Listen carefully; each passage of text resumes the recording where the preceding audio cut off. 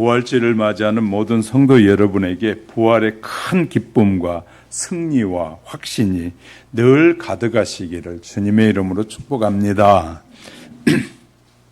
순천제일교회를 시무하시던 고 박 목사님은 위암으로 고생하시다가 죽으면서 자신의 신체에 사용할 수 있는 장기를 필요한 모든 사람들에게 다 나누어 주었습니다. 남은 시신은 외과대학에 실험용으로 기증하고 아예 무덤을 만들지 않았습니다. 목회 크게 성공하고 통합 측 총회장까지 지내신 분인데 그는 그분의 흔적을 세상에 전혀 찾아볼 수가 없게 됐습니다. 그것은 진정 기독교의 부활의 신앙을 믿는 성도의 아름다운 모습이라고 말할 수 있을 것입니다. 우리는 이 흙 속에 묻히고 나면 어떻게 될까? 주님이 오시면 그런 걱정도 하신다고 그래. 주님이 오시면 내가 주님을 맞이해야 되는데 그러면 없어지는 것 아닌가? 그런 헛된 생각들을 많이 한다고 그래요. 그러나 참 신앙은 하나님의 약속을 믿는 것이고 믿으면 그대로 이루어진다는 사실을 믿는 것입니다. 오늘 본문은 예수님께서 운명하셔서 무덤에 계시다가 3일 새벽에 부활하셨습니다. 바울은 부활이 없는 기독교는 영혼이 없는 육체와 같다라고 말합니다. 만일 그리스도의 부활이 없고 지금 우리가 사는 이 세상뿐이라면 그리스도는 모든 사람 가운데 가장 불쌍한 자라고 본문 12절, 19절에서 설명하고 있습니다. 이같이 그리스도인들은 세상의 환난 속에서도 믿음을 잃지 않고 사는 이유는 마지막 날에 영광으로 다가올 부활의 소망이 있기 때문인 것입니다. 그러므로 부활의 소망은 그리스도인에게 어느 면에서 생명과도 같은 것이 바로 부활의 소망입니다. 오늘날 어떤 사람이 부활을 신화라고 이야기하고 부인하지만 부활은 성경이 증거하고 이 다양한 증인들을 통해서 확실한 것이고 또한 영혼의 부활만이 아니라 주께서 그 첫 열매가 되신 대로 영과 육의 완전한 부활을 믿는 자에게 이 부활이 주어진다는 것입니다. 우리도 언젠가는 죽을 텐데 비록 죽어도 주님께서 재림하시는 그날에 부활하신 예수님을 믿는 성도는 예수 그리스도로 인해서 죽음을 이기고 승리한다는 것을 믿으시길 간절히 소망합니다.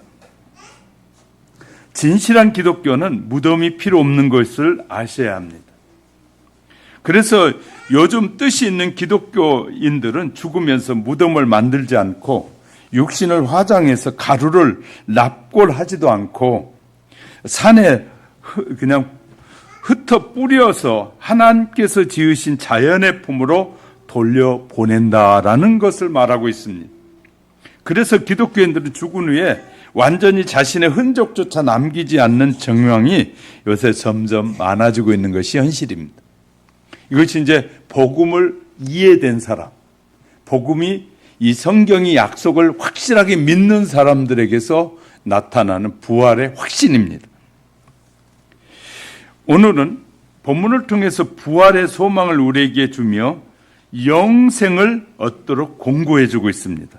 그리고 마지막 날의 성도들이 어떻게 부활을 하게 될 것인가, 어떤 자들의 부활에 동참할 것인지를 살펴가는 시간에 확고한 부활의 신앙이 정립되는 시간이 될 수 있기를 주님의 이름으로 축복합니다. 첫 번째는 부활의 성경의 근거와 진실을 찾아보려고 합니다. 사도 바울은 부활의 근거를 제시하는데 우리가 읽었던 15장 12절에 가면 그리스도께서 죽은 자 가운데서 다시 살아나셨다, 그렇게 전파됐다, 그리고 많은 사람들이 전파되었다. 너희 중에서 어떤 사람은 어찌하여 죽은 자 가운데서 부활이 없다느냐? 왜 분명히 살아나서 다 보여주셨고 그것을 본 사람들이 많은 증인들이 있는데 왜 자꾸 그런 일이 없다고 하느냐라고 묻는 것이죠. 그러면서 그리스도의 부활이 없으면 모든 죽은 자들의 부활도 없다고 말하고 있어요. 예수님 부활하지 않았다면 앞으로 모든 사람이 예수를 믿는 모든 사람들에게 부활이 없을 것이다. 그런데 예수님이 부활하셨다 그 말이에요. 이것은 그리스도의 부활이 모든 부활의 근거이기 때문이다. 죄로 인해 타락한 인간은 죽음이라는 형벌을 받았습니다. 그러므로 인간은 스스로 생명의 길에 들어갈 수가 없게 된 거예요. 살아갈 수가 없다고 말이죠. 이런 문제를 해결하기 위해서 하나님께서는 그리스도를 보내시고 사망의 권세를 깨뜨리시고 이 부활하셔서 부활의 첫 열매가 되셨다라고 20절에도 말하고 있습니다. 그를 믿는 모든 자의 부활을 확정지어 주고 있습니다. 하나님이신 그리스도께서 죽음을 경험하지 않을 수도 있으나 죽음을 택하신 이유는 바로 부활을 확증해 주시기 위함이었다는 사실입니다. 부활이 있다는 걸 우리에게 가르쳐 주시려고 하나님이 친히 십자가에 매달려 죽으셨다는 것입니다. 그러므로 그리스도의 부활을 신화로 여기는 자는 결코 이 부활에 참여할 수 없다는 사실을 분명하게 알려주고 계십니다. 인간은 죽음과 부활에 대해서 다시 한번 심각하게 생각해 볼 필요가 있습니다.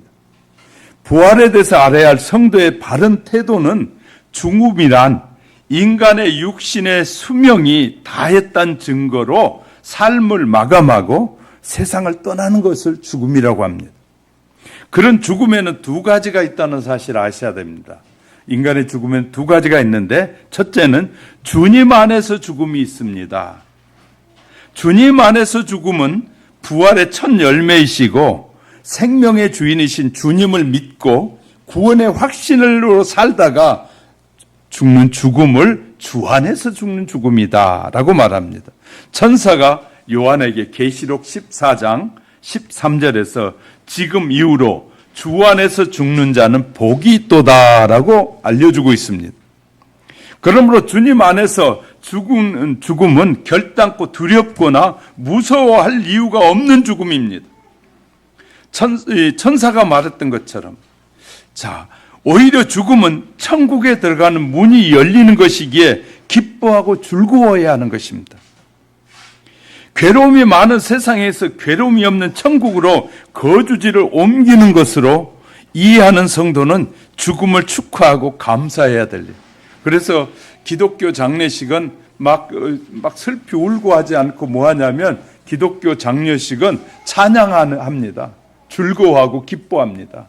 그래서 찬양을 돌리고 우리에게 이 천국에 우리가 입성하는 것이다라고 말하지 않습니까? 또 기독교인의 죽음의 두 번째는 주님 밖에서 죽음이 있습니다. 주님 밖에서 죽음은 매우 두렵고 얼마나 무서운지 아셔야 합니다. 그 이유는 죽음 후에 하나님의 심판이 있기에 사람들은 죽음 후에 지옥에 갈 것을 생각하니 죽음은 두려운 것이죠. 그래서 어떻게 하든지 죽음을 피하려고 하고 있는, 그래서 힘을 다해서 죽지 않으려고 몸부림을 칩니다. 그래서 과학이나 의학이 발전하면 할수록 과학과 의학을 통해서 영원히 사는 길이 없느냐, 이것을 찾는 것이 인간입니다. 그러나 사람이 죽지 않는 방법이 없다고 말하기에 누구든지 죽음을 준비해야 하는 것입니다. 죽음은 준비하는 것이다. 왜 사람들이 죽음을 두려워합니까? 자기의 죽음이 주님 밖에서 죽음이기 때문인 거죠. 구원의 확신이 없기 때문에 두려운 것이고요. 세상에 대한 미련이 남아있기 때문에 두려운 것이죠. 더욱 무서운 것은 자기가 죽은 후에 하나님의 심판을 받기 때문에 두려운 것입니다. 이에 대하여 히브리서 기자는 히브리서 9장 27절에서 한 번 죽은 것은 사람에게 정한 것이요 그 후에는 심판이 있으리니, 심판이 있다고 알려주고 있어요. 태어난 사람은 반드시 죽고 그 다음에 심판이 있다고 하나님은 성경을 통해서 우리에게 알려주고 계십니다. 그렇습니다. 주님 밖에서 죽음은 솔직히 무섭고 두려울 것입니다. 왜냐하면 심판이 기다리고 있다라고 알려주고 있고 선언하셨기 때문에. 자, 죽음은 그런 겁니다. 부활은 문자 그대로 죽은 자가 다시 사는 것을 부활이라고 말합니다. 이 부활에는 생명의 부활과 심판의 부활이 있어요. 부활에도 두 가지 부활이 있습니다. 성경은 이 사실을 알려줘요. 예수님께서 그런지 아닌지 정말 살펴볼까요? 요한복음 빨리 펴세요. 요한복음 5장. 자, 생명의 부활과 심판의 부활이 있다고 예수님이 말씀하셔요. 요한복음 5장 28절, 29절. 자, 찾으셨으면 우리 같이 읽어보도록 하겠습니다. 요한복음 5장 28절, 29절. 자, 찾으셨으면 읽어봅니다. 시작. 놀랍게 여기지 말라. 무덤 속에 있는 자가 다 그의 음성을 들을 때가 오나니 선한 일을 행하는 자는 생명의 부활로 악한 일을 행하는 자는 심판의 부활로 나오리라 라고 예수님 말씀하고 계셔요. 생명의 부활과 심판의 부활이 있음을 성경은 우리에게 정확하게 가르쳐주고 있습니다. 이는 예수님께서 친히 말씀하시기를 생명의 부활 후에 영생으로 가는 축복이 약속되어 있다고 말씀합니다. 구원과 부활은 신앙의 중요한 주제이기도 합니다. 먼저 죽는 성도는 예수님께서 세상에 재림하시는 날 주님의 음성을 듣는다는 거예요. 주님의 음성을 듣는데 그때 선한 일, 즉 구원의 확신으로 믿음으로 의로운 삶을 사는 사람을 주님을 또 잘 섬기는 성도는 생명의 부활로 부활할 것이고, 그러나 불신앙으로 비록 교회는 다녔어도 악한 일을 계속해서 회개하지 않고 계속해서 악한 일을 지속적으로 한 사람은 심판의 부활로 나오게 될 것이다 라고, 심판의 부활로 나오게 될 것이다. 오늘 사는 성도들이 이 말씀을 잘 기억하고 부활 신앙을 따라서 살기를 기도하시기 바랍니다. 주님의 약속을 믿고 선한 일을 늘 실천할 수 있는 그런 믿음의 사람들이 되시기를 주님의 이름으로 축복합니다. 두 번째는 성경은 인간의 죽음과 부활을 분명하게 알려주고 있습니다. 본문 51절, 51절에서 3절까지 우리 같이 읽어보도록 하겠습니다. 시작. 보라, 내가 너희에게 비밀을 말하노니 우리가 다 잠잘 것이 아니요 마지막 나팔에 순식간에 호련히 다 변화하리니 나팔 소리가 나매 죽은 자들이 썩지 아니할 것으로 다시 살아나고 우리도 변화하리라. 이 썩을 것이 반드시 썩지 아니할 것을 입겠고 이 죽을 것이 죽지 아니함을 입으리라. 지금 죽음과 부활이 모두에게 공개된 비밀이 아니란 뜻입니다. 모두에게 다 알려지진 않았다는 것이. 죽은 사람이 다시 산다는 것은 믿기 어려운 일입니다. 죽은 사람이 산다?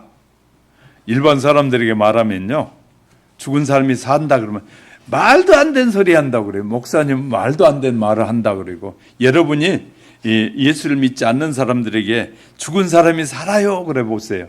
말도 안 된다고 그래요. 그러나 많은 사람이 이 사실을 믿으려 하지 않습니다. 그런데 분명한 것은 예수님께서 죽었다가 사신 것처럼 성도도 죽었으나 다시 산다. 51절에서 다 잠잘 것이 아니다. 다 잠잘 것이 아니라는 말씀하고 계셔요. 자, 절 보세요. 하룻밤을 지나고 나면 아침에 깨어나는 것처럼 주님이 다시 오시는 날에 천사의 나팔 소리와 함께 주님 안에서 죽는 성도들이 썩지 아니할 영화로운 육체로 살아난다는 것입니다. 그러니까 먼저 지금 죽어서 무덤에 땅에 들어가 있는 사람들이 다 살아난다는 것이. 또한 살아서 주님을 믿는 성도들은 죽음을 경험하지 않고 영화로운 육체로 변화가 돼서 영원한 천국에 들어가게 될 것입니다.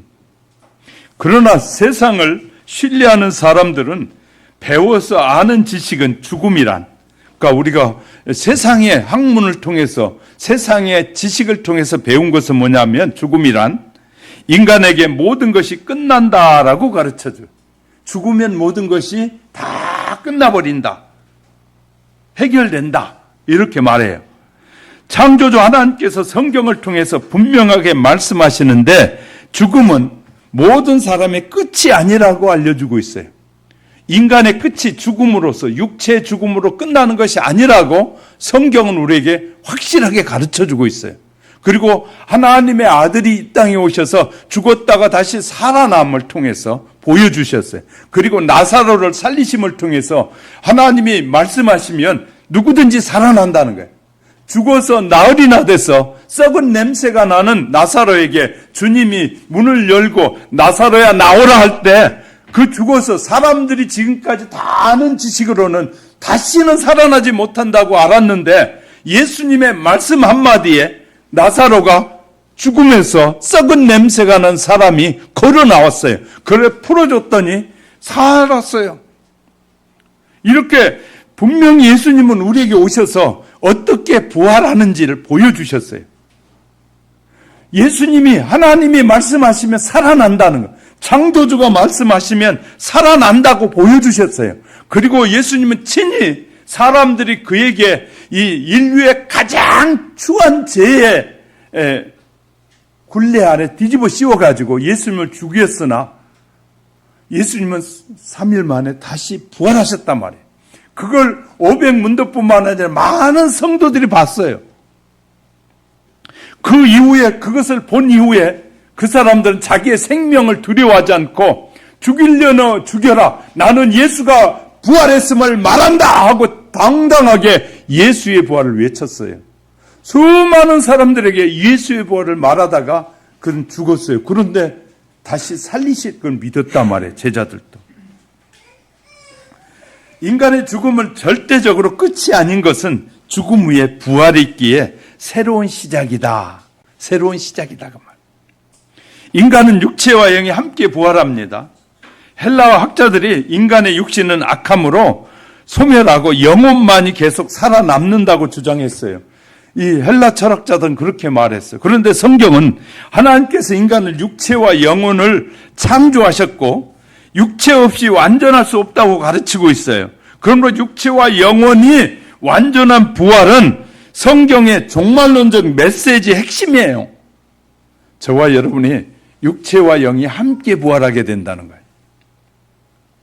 특히 부활의 첫 열매신 예수께서 육체와 더불어 온전히 부활하심. 그래서 예수님이 부활하신 걸 이 제자들이 만져봤고 육체를 가진 예수님을 만져보기도 했고 이렇게 예수님과 대화를 나눴어요. 육체를 만져봤단 말이에요. 근데 육체가 확실하게 있었어요.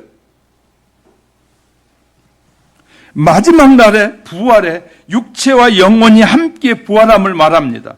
그러나 그때 우리가 입게 될 부활의 육체는 현재와 같이 불완전한, 지금 육체와 같이 불완전한 육체가 아니라 질병이나 고통과 이 사망이 없는 완전한 몸으로, 계시록 21장 4절에서 보면 완전한 몸으로 뭐하게 된다.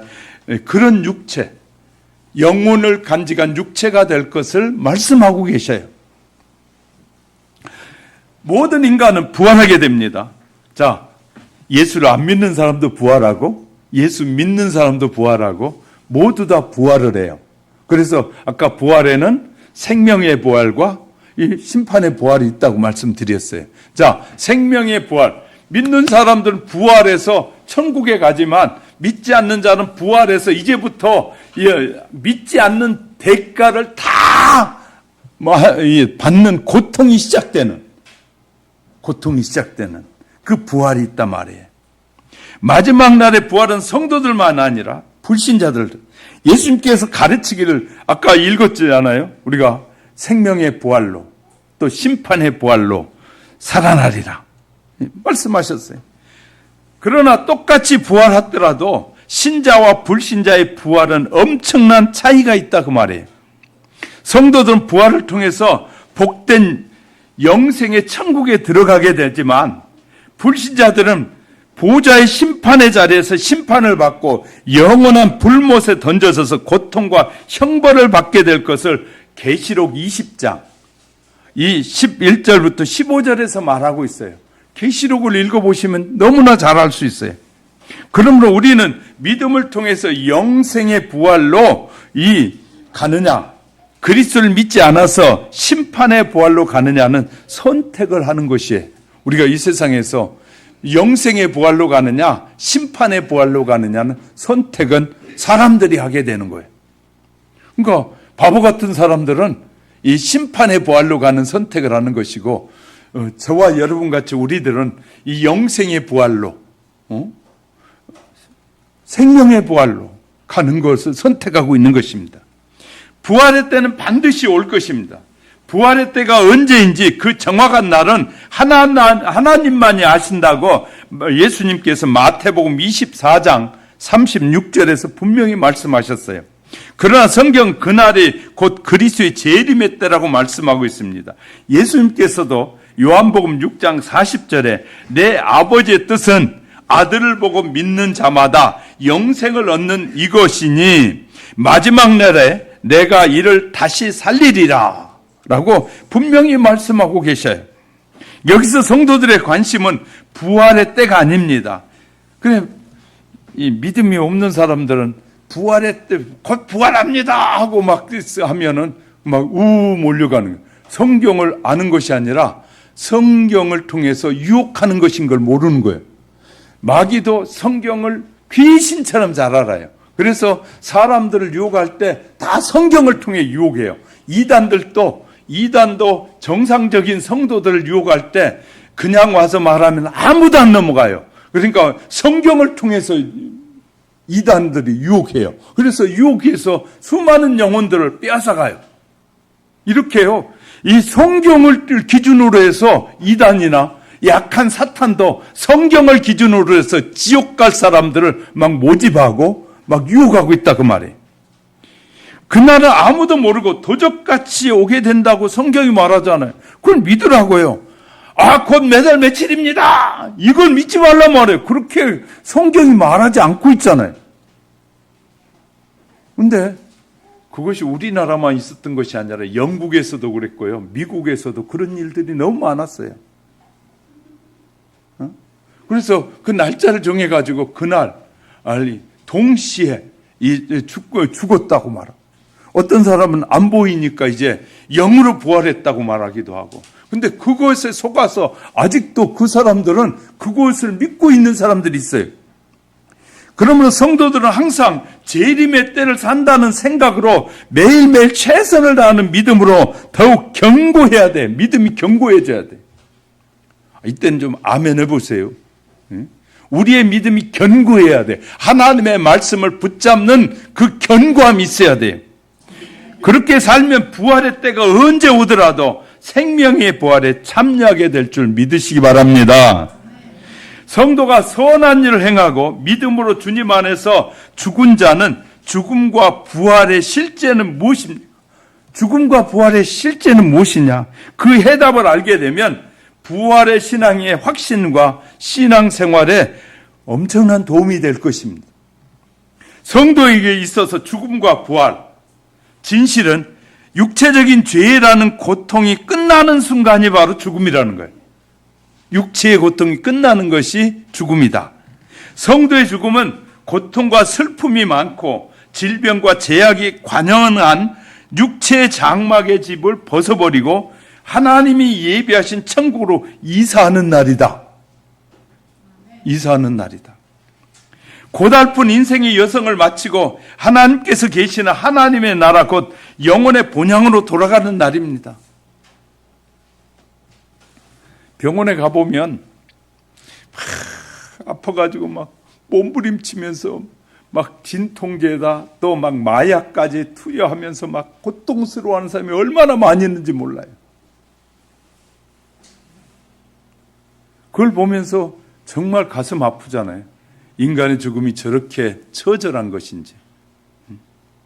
특히 죄를 많이 진 사람들일수록 더 고통스러워요.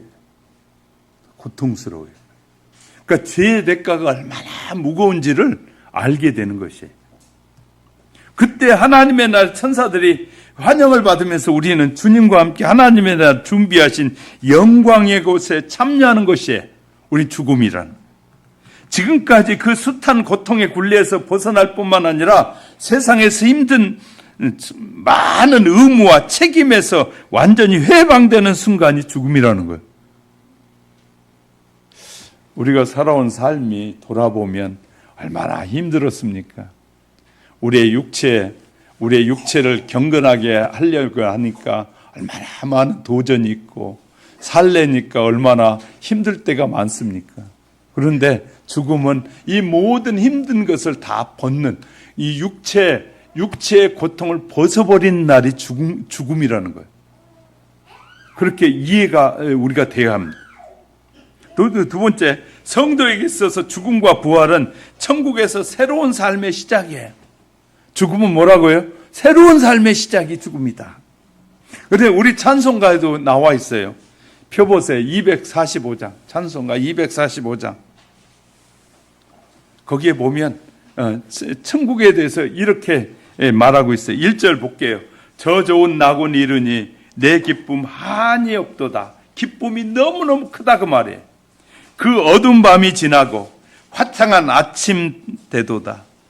영화롭다 낙원이여 이 산 위에 보오니 먼 바다 건너 있는 집 주 예비하신 곳일세. 그 화려하게 지은 것 영원한 내 집이로다.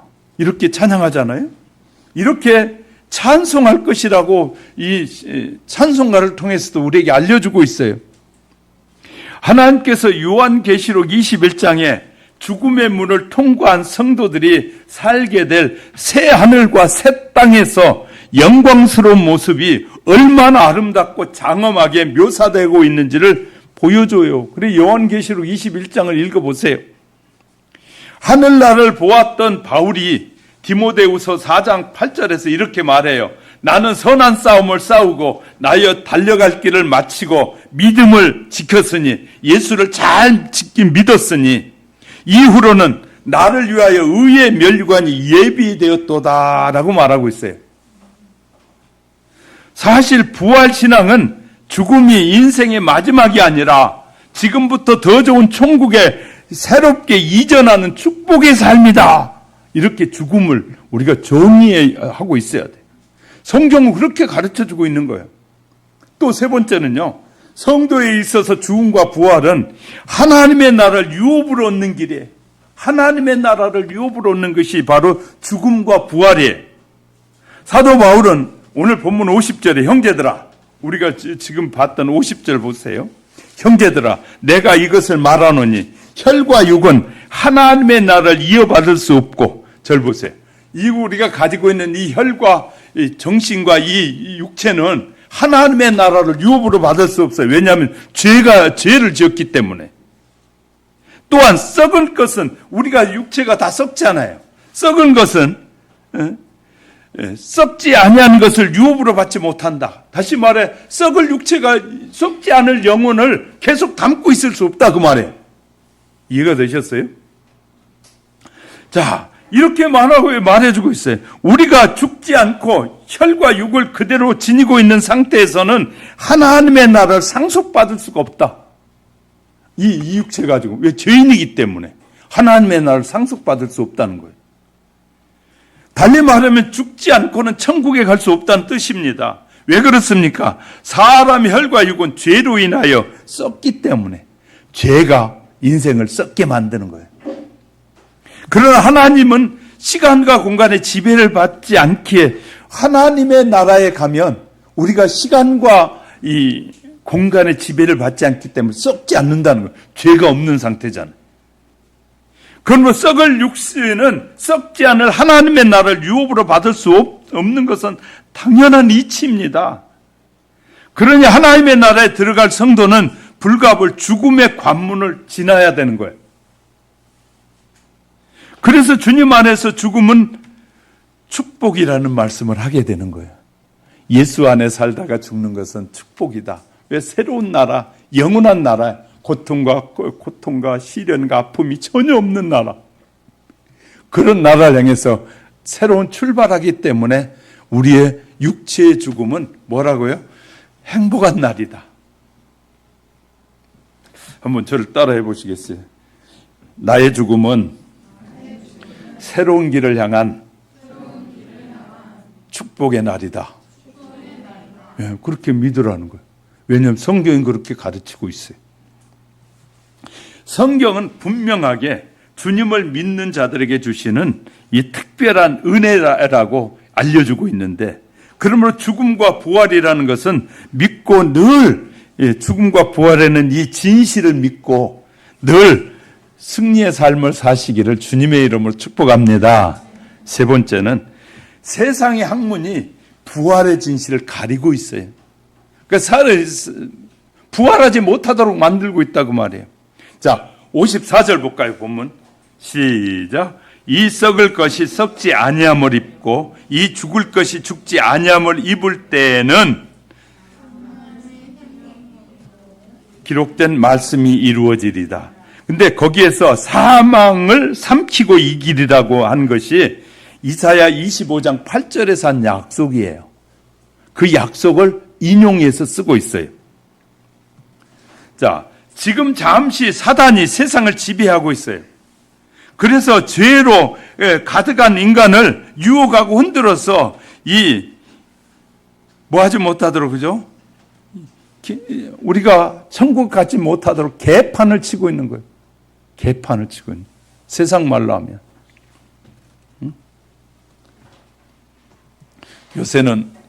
요새는 개판의 세상이 된 거 아시죠?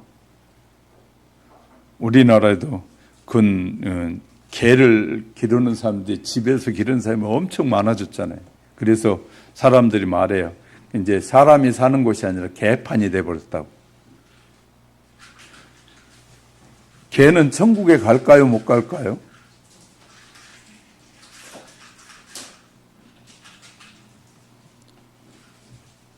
자, 집에서 기르는 개는 천국에 갈까요? 못 갈까요? 나도 잘 몰라요. 천국에 가봐야 알아요. 그런데 이 말씀을 통해서 알 수 있는 길은 구원은 인간에게만 주어진 것이다 라는 것이에요. 개가 천국에 있냐 없냐 그건 나중에 천국에 가서 얘기합시다. 근데 하여튼 지금은 개판이에요, 세상이. 왜냐하면 개 장례식이 800만 원씩이에요. 개 장례식이. 개 무덤이 500만 원씩이에요. 개 장례식이 사람 장례식하고 값이 비슷해져 가고 있어요. 지금 그 얼마나 개판인지 몰라요. 왜? 마귀가 사람을 중요시 여기지 않고 동물을 중요시 여기도록 자꾸 사람의 마음을 시선을 바꾸고 있어요. 사람이 사람에게 관심을 가져야 되는데 사람의 관심을 갖지 않고 동물에게 관심을 갖도록 사탄은 사람들의 시선을 바꾸고 있다는 사실을 아셔야 돼요. 자, 저를 보세요. 하나님의 관심이 동물에게 있어요? 사람에게 있어요? 성경을 잘 아셔야 돼요. 하나님의 관심은 오직 누구에게 있어요? 사람에게 있어요.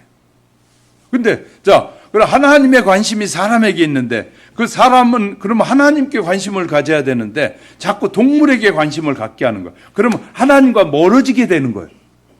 자, 이 사실 우리가 이제 알아야 되는데, 많은 사람들은 이걸 잘 모르는 거예요. 우리의 관심을. 그래서 관심이 바뀌는 것은 헌신이 달라지고 수고가 달라져요. 하나님 앞에 드려야 될 시간들이 필요 없는 것에 다 뺏기기 시작합니다. 물질도 뺏기지요. 거기에다가 시간도 뺏기지요. 정성도 뺏기게 돼요. 한때 사람은 두 가지를 잘하지 못한다고 하잖아요. 정말 좋아하는 걸 하다 보면 좋아하지 않는 것은 자꾸 빼앗기게 돼 있어요. 근데 사람의 시선을 바꾸는 거예요. 동물에게로. 이게 우리 지금 시대가 그렇게 가고 있어요. 구라파에서 이 유산을 사람에게 안 남기고 개에게 남기는 사람들이 있어요. 그리고 개가 죽고 난 다음에 남은 것은 국가에다 돌려주라고 그렇게 미리 그렇게 해놓고 죽는 사람들이 있어요. 이런 개판인 세상으로 누가 만든다고요? 사탄이 만들어요. 우리의 신자들의 믿음을 개판으로 만들어 가도록 유혹하고 있어요.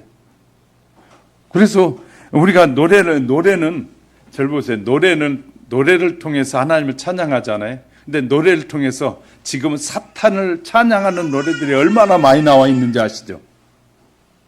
자, 수많은 노래 가사들 중에서 사람에게 포커스가 맞춰진 노래가 너무너무 많아요. 특히 트로트, 요새 많이 부른 트로트, 이 사람들에게 맞춰진, 사람의 감정, 그다음에 사람의 마음, 사람의 그런 것에 다 맞춰져 있어요. 트로트. 근데 얼마나 많은 사람이 트로트를 또 좋아하는지 몰라요.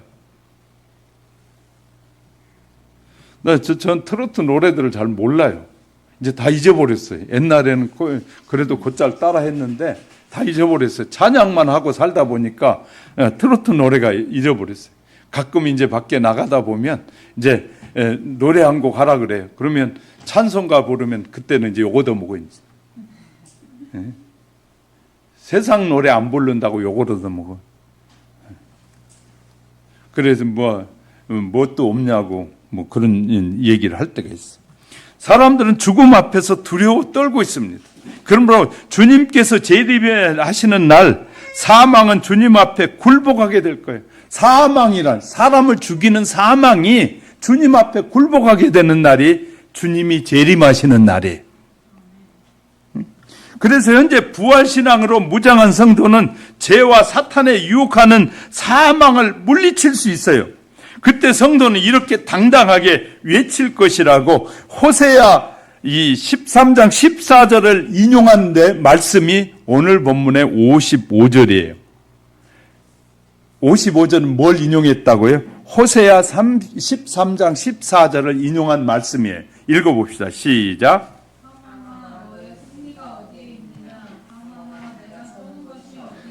야, 사망아, 너의 승리, 사망의 승리는 죽음인데 너의 승리가 어디 있느냐? 사망아, 내가 쏘는 것이 쏜다. 그 말은, 자, 인간에게 찾아와서 사망을 초래하는 것이 죄인데 사망에 쏘는 것이 죄잖아요.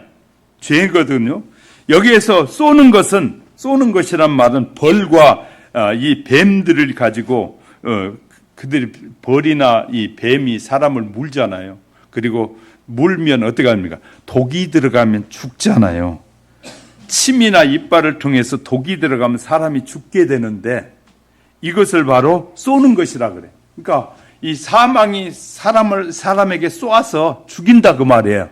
쏘는 것이 어디 있냐? 죽지 못한다는 거예요. 왜? 예수를 믿었더니 안 죽는다는 그 말이에요. 쏘는 것이 어디 있느냐? 인격화 시켜서 표현한다면 사망은 독성을 가진 왕적인 권세자라고 바울은 로마서 5장 17절 21절에 말하고요. 모든 인류에게 해를 끼치는 것이 바로 사망에 쏘는 것이라는 거예요. 그러나 그 결과는 모든 인류는 죽음 아래 있게 그 결과로. 그러나 사망이 그러한 영향력을 행사할 수 없는 근본적인 원인은 바로 죄. 사람을 죽이는 원인이, 사망의 원인이 죄라고 말이에요. 죄인데. 왜냐하면 죄의 대가가 사망이기 때문이라고 바울은 로마서 6장 23절에서 말해요. 죄의 대가는 사망이다. 그래서 사망아 쏘는 것인데, 사망이 쏘면 다 죽는다는 것인데, 따라서 만약 죄가 사해지면, 죄가 없어져 버린다면 사망이 쏘지 못하는 거죠. 이해가 되셨어요? 저와 여러분이 예수 그리스도를 믿으니까 예수님이 우리의 죄의 문제를 다 해결해 주셨기 때문에 이 사망이 우리를 쏘지 못한다는 거야. 쏘아도 죽지 않는다는 거예요. 할렐루야. 예수 그리스도를 믿을 때 예수님을 믿는 자들은 주님이 부활하신 것처럼 다시 살아나게 되고, 이렇게 됨을 통해서 사망이 우리에게 해를 끼치지 못하게 된다. 그래서 어떤 의미에서 믿음은 사망의 해독제다. 사망에서 해독하는 해독제다. 자, 사람이 살 수 있는 이 약이 나오면 불티나게 풀릴 것 같아. 팔릴 거 아니겠어요? 그죠? 어떤 발명가가, 의학 발명가가 죽지 않고 사는 약을 만들었다고 생각해 봐요. 어떤 수단과 방법을 가리지 않고 그거 사서 먹으려고 발부둥을 치고 그거 사서 쓰려고 발부둥을 칠 것 같아. 그런데 그 약이 있다, 해독제가 있다고 말해. 우리를 죽이는, 인간을 죽이는 죽이는 죄라는 그것에서 해독제가 있는데 예수를 믿는 것이 해독제라는. 할렐루야. 성경이 말하고 있는 거예요. 성경이 가르쳐주고 있어요. 그러나 죄의 문제가 해결되지 않으면 사망의 영향력은 영원히 인류에게서 떠나지 않을 것입니다. 죄의 권능은 율법에서 나온다는 거예요. 자, 재밌어요. 56절에 보세요. 56절에 죄의 권능은 율법이다 라고 쓰고 있죠. 한편 죄가 그 영향력을 발휘해서 사망을 초래함으로 온 인류에게 그 힘을 발휘할 수 있게 된 것이 바로 율법 때문이라. 그 이유는 과거엔 죄를 죄로 여기지 않았어요. 절 보세요. 절 보세요. 여기 보세요. 자, 우리나라에 도둑놈을 죄라고 여기지 않을 때는 도둑질을 해도 죄가 아니었어요.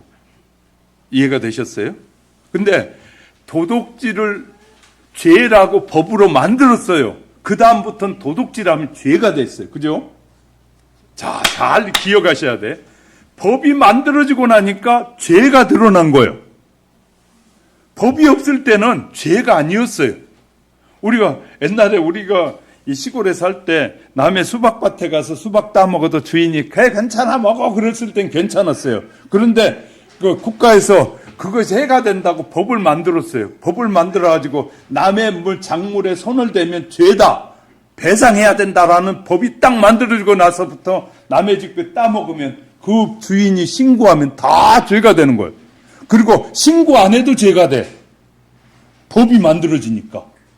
하나님이 율법을 주니까 율법이 없을 때는 죄로 여기지 않았는데 율법을 하나님이 모세를 통해서 법을 딱 줬어요. 법을 선포하니까 이건 죄고 이건 죄가 아니라고 딱 구분돼 버렸단 말이에요. 이해가 되셨어요? 잘 아셔야 돼요. 그러니까 이제 성경이 얼마나 우리에게 자세히 가르쳐주고 있는지 몰라요. 자, 이렇게 해서 율법이 뭘로 했다고요? 인간이 죄인이라는 사실을 율법이 가르쳐줬단 말이에요. 그래서 구약의 율법은 인간이 죄인이라는 사실을 알게 하는 게 율법이에요. 율법의 핵심이에요. 근데 복음의 핵심은 그 죄를 해독하는 약이 있다고 말씀하는 거예요. 할렐루야. 해독제를 말하는데 해독제가 바로 예수 그리스도를 믿을 때 해독하는 거예요. 할렐루야. 이처럼 죄의 권능은 율법입니다. 율법은 인간에게 생명과 자유를 가져다 주기보다는 도리어 죄를 가져다 줬어요. 그런데 인간의 사망의 영향력에서 해방한 것은 오직 예수 그리스도의 부활이에요. 예수 그리스도의 죽음과 부활은 율법의 깊은 율법과 연관을 가지고 있습니다. 예수 그리스도는 하나님의 보좌와 권세를 버리시고 율법 아래로 내려왔어요. 예수님도 율법 아래로 내려오니까 죄인이라고 사람들은 죽인 거예요. 죄가 전혀 없으신 분인데. 그러니까 육신을 입고 오니까 사람들은 예수님은 죄인이라고 죽인 거예요. 이것을 달리 표현하면 그는 사망의 권세 아래로 내려오자 사망에 굴복당하신 거예요. 그래서 그는 죄인처럼 되셨고 십자가에 죽어야만 했습니다. 그러나 그는 잠시였고 예수께서는 사흘 만에 부활하신 거예요. 사망의 권세를 꺾으시고 예수께서 승리하셨다고 말해요. 그리고 그를 믿는 자들에게 더는 죄와 사망의 그 영향력을 행사하지 못하도록 역사해 주셨다고 히브리서 2장 14절 15절 말하고 있어요. 그래서 예수 그리스도를 영접한 자는 더는 정죄할 수 없다고 바울은 로마서 8장 1절에서 말해요. 예수 그리스도를 믿는 자들은 더 이상 죄인이라고 말할 수 없다고 말하고 있어요. 이렇게 송사할 수 없다고 8장 33절 4절에서 설명해 줘요. 예수 그리스도를 믿는 것이 얼마나 강력한 능력이고 권세인지를 우리에게 알려주는 거예요. 예수 그리스도를 믿는 것이 영원히 사는 비법이라고 우리에게 가르쳐주는 거예요. 사람들은 영원히 살고 싶어서 별짓을 다 하잖아요. 그런데 그래도 다 죽었어요. 영원히 살지 못하고. 우리의 죄와 사망에서 이기게 하신 분은 하나님이셔요. 이처럼 부활의 신앙의 힘과 부활의 신앙의 능력은 모든 성도가 영원한 승리를 외칠 수 있게 된 거예요. 예수를 믿음으로. 그래서 우리에게 부활을 주신 것을 감사하라고 57절에서 한번 읽어보셔요. 57절 시작. 우리 주 예수 그리스도로 말미암아 우리에게 승리를 주시는 하나님께 감사하노니. 자, 하나님이 예수 그리스도를 통해서 우리를 살리셨단 말이에요. 그래서 감사하라고 말하는 거예요. 여기에서 우리는 예수님을 영접한 그리스도인을 의미하잖아요. 우리 그리스도인에게 생명과 자유를 주시고 죄에서 해방을 주신 분은 바로 하나님이시다고. 하나님은 인간을 사랑하셔서 독생자를 주셨고 십자가에서 죽게 하셨다고 로마서 요한복음 3장 16절 로마서 5장 8절 예수님을 부활시키심으로 인간들의 죄의 권세에서 해방할 수 있는 대속의 사역을 이루신 거예요. 이처럼 죄와 사망에서 그리스도인이 해방될 수 있으며 또 영생과 기쁨을 소유할 수 있는 것은 예수 그리스도를 통해서 표현된 하나님의 은혜와 사랑 때문이라고 말. 하나님의 사랑 때문. 우리가 죄악을 이기고 사단의 시험을 이기고 절망을 이기고 고통을 이기고 죽음까지 이기게 하신 부활의 주님께 감사하라고 말하고, 지금 하는 일이 잘 되고 병이 낫다고 좋은 일이 있어서 감사하는 것은 적은 감사예요. 절 보세요. 우리가 우리 생활 속에 그냥 평범한 일에 우리가 막 병이 치료되고 해서 하는 감사는 평범한 감사예요. 진정한 감사는 부활에 대한 감사예요. 저와 여러분이 구원과 영생을 얻어 드디어 영생을 얻는 것이 최고의 감사다. 할렐루야. 저와 여러분 최고의 감사는 나를 부활하여 영원토록 살게 하신 그 하나님께 하는 것이 진정한 감사다. 육체의 문제 때문에 하는 감사는 시시한 감사라면 하나님 앞에 구원에 대한 감사를 감격을 통해서 드리는 감사가 진정한 감사라고 우리에게 말하고 있어요. 그래서 바울은 디모데에게 이렇게 설명하고 있어요. 디모데전서 1장 1절에서 우리 구주 하나님, 그분이 바로 우리 구주 하나님이다 그렇게 쓰고 있어요. 우리를 구원하신 하나님, 우리 구주 하나님이다 라고 쓰고 있다. 또 부활의 신앙이 절대로 흔들리지 말라고 58절 볼까요?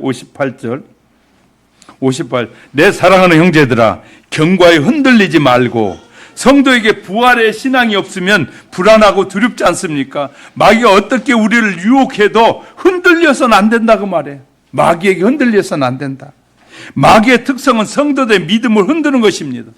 저와 여러분의 믿음을 자꾸 흔들어 놓는 거예요.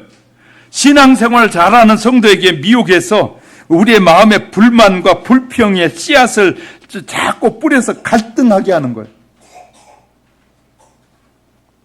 그래서 옛날에 목사님이 좋았는데 요새는 목사님이 마음에 안 든다고, 그 목사님이 이상하다고 자꾸 그런 마음을 품게 하는 거예요. 장로님이 이상하다고 장로나 직분자들을 막 비판하기 시작하는 거예요. 자기가 자기 할 일만 잘하면 되는데 자꾸 남을 비판하는 말을 하기 시작하는 거예요. 성도를 힘들게 하고 교회 봉사를 못하게 자꾸 막아요.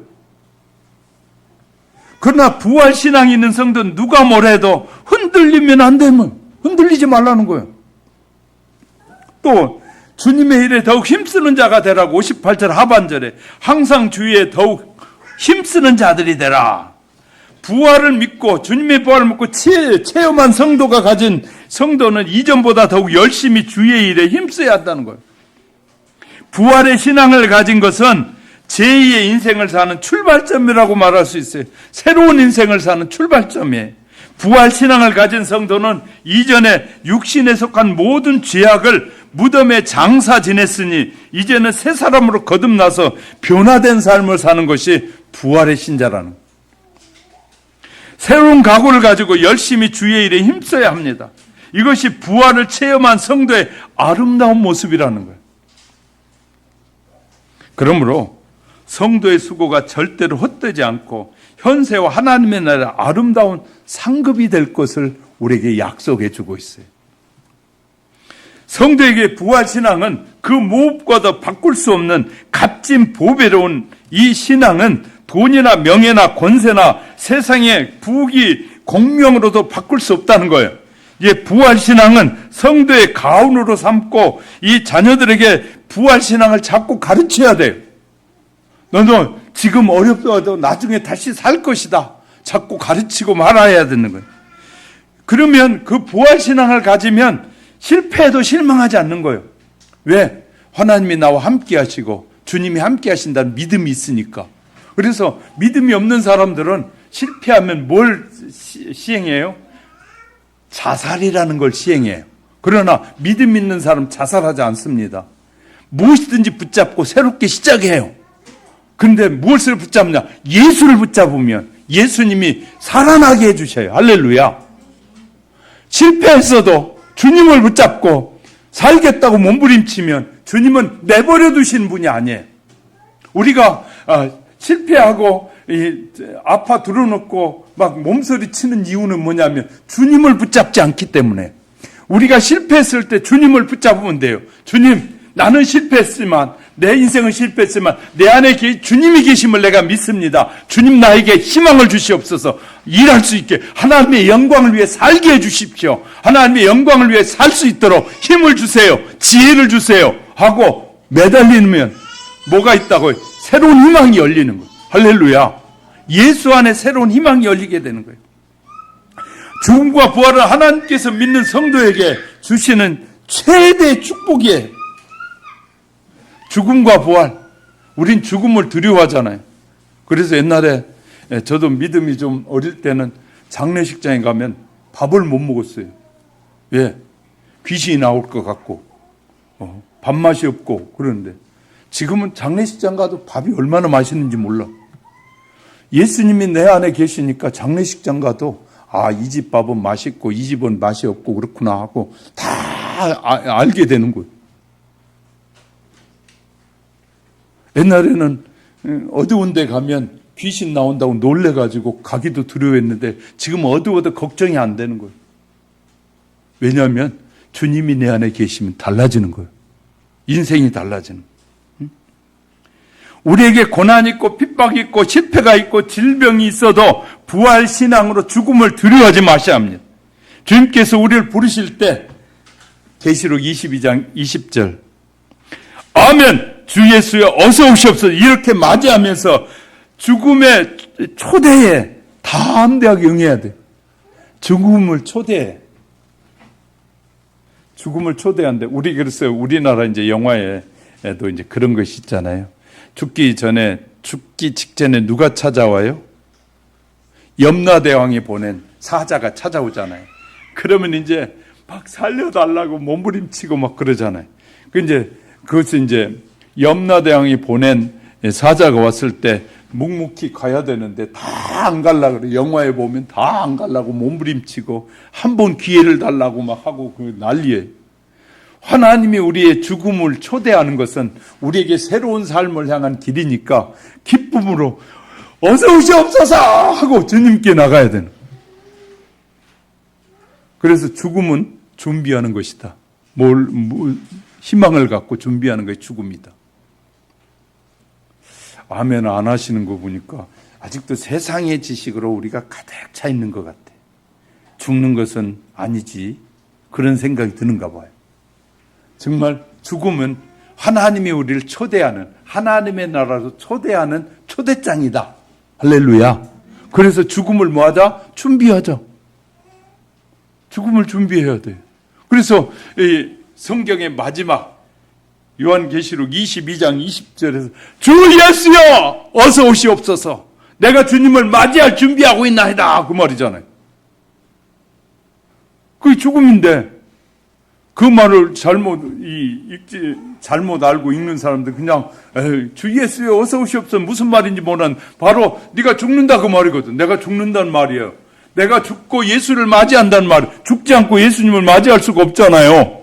그러니까 그 마지막은 예수님 오시니까 주님 어서 오시옵소서 하고 내가 죽음의 길로 들어가는 거예요. 그것이 바로 부활의 시작이에요. 그래서 죽음과 부활은 우리에게 두려움이 아니라 희망이다. 한번 따라해 보세요. 죽음과 부활은 예수를 믿는 우리에게 희망이다. 할렐루야. 그렇게 우리가 이제 성경을 바르게 하는 것이 중요합니다. 말씀을 정리할게요. 58절에 보면 그러므로 내 사랑하는 형제들아 견고하게 흔들리지 말며 항상 주의 일에 힘쓰는 자들이 되라. 이는 너희 수고가 주 안에서 헛되지 않은 줄을 알미니라. 예수 그리스도를 통해서 표현한 하나님의 은혜 입은 우리는 오직 주의 일에 힘쓰는 자가 되어야 한다. 주의 일에 흔들림이 없이 확고하게 우리가 행함으로 부활과 하나님의 사랑이 우리를 통해서 확실하게 실현되어지는 것입니다. 이런 확신이 흔들릴 때 우리 무슨 일을 하든 흔들릴 수밖에 없어요. 우리 그래 흔들림이 없어야 돼. 우린 주님 앞에 갈 때까지 흔들리지 않는 신앙을 가지고 가라고 우리에게 바울은 권면하고 있는 거예요. 하나님이 권면하고 계시는 거예요. 너에게 수많은 앞으로도 너희가 죽음이 너희 앞에 다가온 초대장이 너희 문 앞에 도착하기 전까지는 수많은 시련들이 있더라도 절대 흔들리지 말라는 거예요. 우리는 흔들리지 않고 주님을 믿고 달려가는 죽음과 부활을 확신을 가지고 살아가는 저와 여러분이 될 수 있기를 주님의 이름으로 축복합니다. 눈을 감으시고요. 한번 정리하도록 하겠습니다. 여러분은 죽음을 두려워하고 있습니까? 죽음을 두려워하면 부활이 여러분에게 오지 않습니다. 죽음을 준비하면 부활이 여러분에게 올 것입니다. 죽음을 준비하는 것은 예수 그리스도를 나의 구주로 믿고 고백하는 것입니다. 그리고 고백한 대로 사는 것입니다. 이것이 죽음을 준비하면 부활의 축복이 이루어지는 것입니다. 그래서 죽음은 두려운 것이 아니라 우리를 새로운 세계로 인도하는 길임을 기억하신다면 죽는 것도 두려워하지 않고 살게 될 것입니다.